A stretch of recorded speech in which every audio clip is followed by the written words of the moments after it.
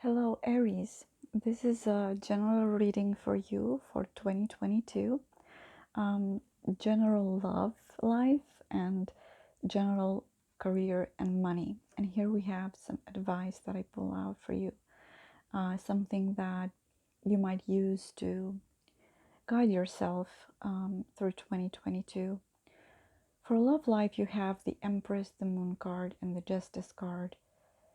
These three are all major arcanas, which tell me that your love life is going to play a significant part in your life overall this year. The Empress is a divine feminine in you, is about being nurturing, is about creativity, is about intuition and being in touch with your intuition and trusting it. And especially with the Moon card, that's also about intuition. It feels like this year you're going to have to trust your intuition. You're going to have to learn how to listen to it, how to let it guide you, because it feels like it's going to bring a lot of harmony. With the Justice card, the Justice card is not only about justice per se, but it's also about harmony. It's about equilibrium that you might have this year through your love life. The Empress is very symbolic of pregnancies. So this year you might get pregnant, you might try to get pregnant, you might give birth. Now, if you're not interested in conceiving, just take this as a warning that you might want to use precautions, right? So I'm feeling that this year, regarding your love life, you're going to have to face some fears, some anxieties that perhaps until now you didn't know where they come from. Perhaps you didn't know how to pinpoint the exact reason that they arise. And I feel like this year, by listening to yourself, listening to your gut, and having complete trust in it, you'll be guided to have the courage to face your demons, have the courage to let whatever is in your subconscious that's creating some blockages come forth so that you can confront it and deal with it and solve it and move on, right? The Moon card is also about some hidden truths. It might be not that someone is hiding something from you, like on purpose. It might be that it's quite out in the open, but you're not seeing it. You're refusing to see it. You have some blockage that it doesn't allow you to see it. Some subconscious patterns that are blocking you from seeing the truth, from seeing the reality as it is. So I feel like this year, whatever happens in your love life, it's going to be of great help for you to listen to your intuition. This is something that we all must do, obviously, but for you it seems like it's so important because it will give you that harmony that you seek, that inner balance that will translate itself into balance in your love life and in your life overall. I feel also like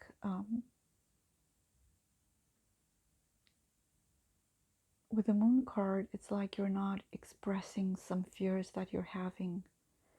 So this year you might want to address that, because it feels like it's eating you inside, and it's creating these anxiety episodes that are affecting not just your love life but your life overall.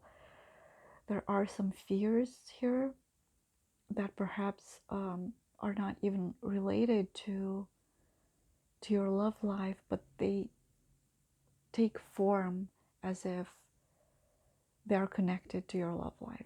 And what I mean by that is, like, for example, something that happened in your childhood that now translates in your adult life, like a blockage that's more present in your love life than anywhere else in the way you interact with your person. For single people, with the Empress card, I feel like this is a good omen for you, that you'll find what you're looking for. But what I said earlier applies to you as well. There are some things that you have to work on first to draw in that relationship that is worthy of you. Because if you're going into a relationship, or if you're seeking love relationships without you having solved your problems, without you having faced your inner demons, they are going to come out in these new relationships that perhaps have huge potential, but you're sabotaging them with your fears and anxieties, and they can become blockages for you. For love and career, you have the High Priestess. For money and career, you have the High Priestess, Page of Wands, and Ten of Pentacles. The High Priestess is also about intuition. So just as intuition is important in your love life, it's also important in the money and career department of your life. You have to listen to it. It feels like you know a lot of things, because the High Priestess is very knowledgeable. She knows everything. She's very connected to her higher self, to higher realms, and it feels like you have that. You have that power to connect to your higher self. You have that power to connect to the collective and get information. Of course, perhaps you're not doing this on a conscious level, like sitting and meditating and receiving downloads. This may happen without you being aware of it happening. My point is that you have to listen to your intuition. Aries, for you this year, intuition is key. Learn to trust it. Learn to differentiate intuition from ego. I know it's hard because intuition, its voice, it's very calm and quiet, and your ego's voice is very loud. It's very overwhelming, and it's usually very negative. So this is perhaps for another time, but you can research it online. There are a lot of articles and videos on YouTube on how to differentiate intuition from ego and fears. And it feels like if you learn how to listen to this inner knowing that you have, it's going to open doors for you. It's going to make very clear for you what your passions are and how to pursue them. With a Page of Wands, this is the energy of being passionate about something. The Page of Wands, he might be a bit immature, but he's very playful. He's very open to try new things.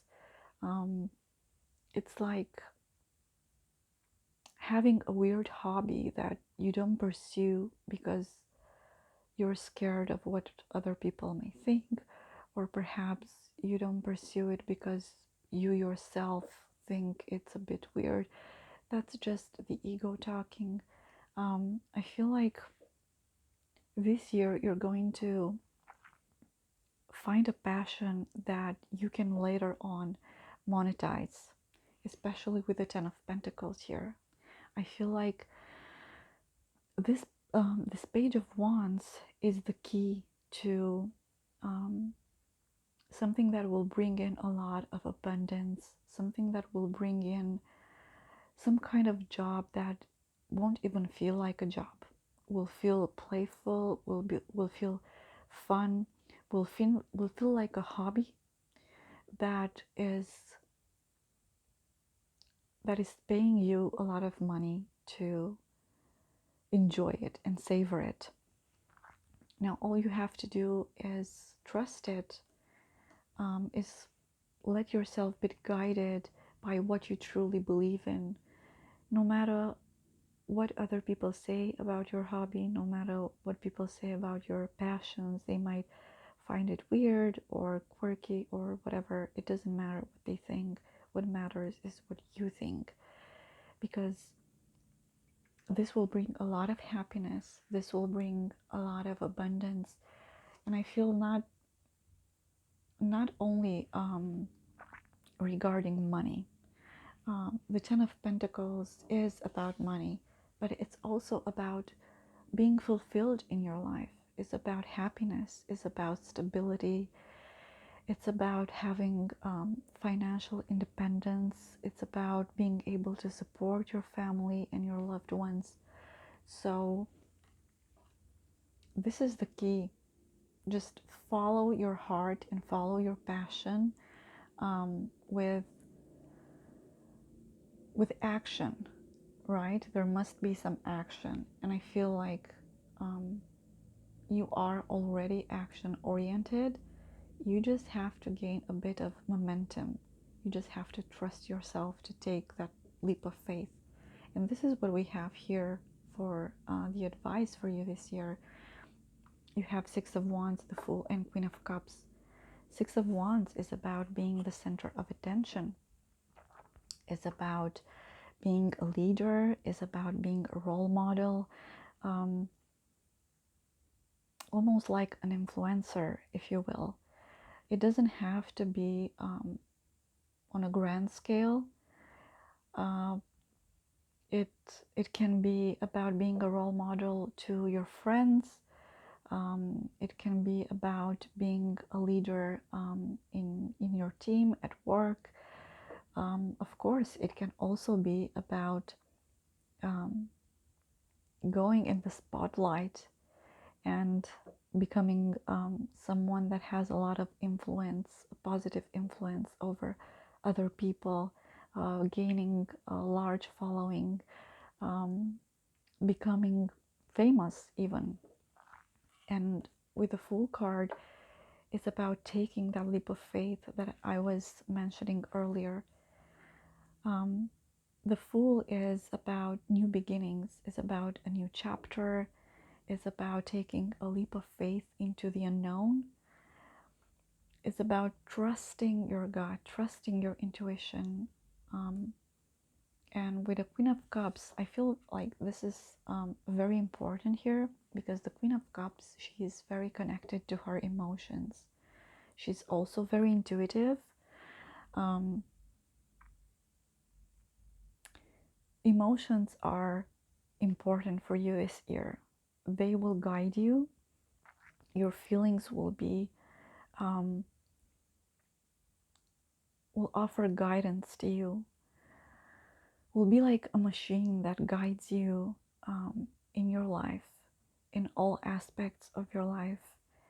And I feel like it's important to mention that you must listen to your feelings, to your emotions. You must learn to regulate them.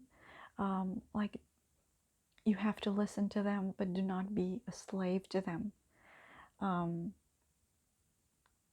Because Queen of Cups, although she's very intuitive, the opposite of her, like when she's reversed, it translates into someone that's very emotionally unstable. So someone that's leading their life only based on emotions. You have to find a balance in that, and the balance will be given to you by your intuition. Um, it will guide you. It will help you discern what's good, what's right, what's wrong, what you have to do, what your next step is, and so on. There's a lot to talk about here. These are just general energies for some of you that might happen to stumble upon this video. Maybe not all of it resonates with you. Um, I feel like this is perhaps a video that you might want to come back from time to time this year uh, and try it. There might be answers for you for 2022 in this reading that perhaps don't make sense or don't apply right now when I'm making this video. They might apply later on for some of you. So keep that in mind. Well, thank you for stopping by, and please like, share, and subscribe if you find this useful, or if you think that someone you know might find this useful and helpful. And I'll see you soon. Bye.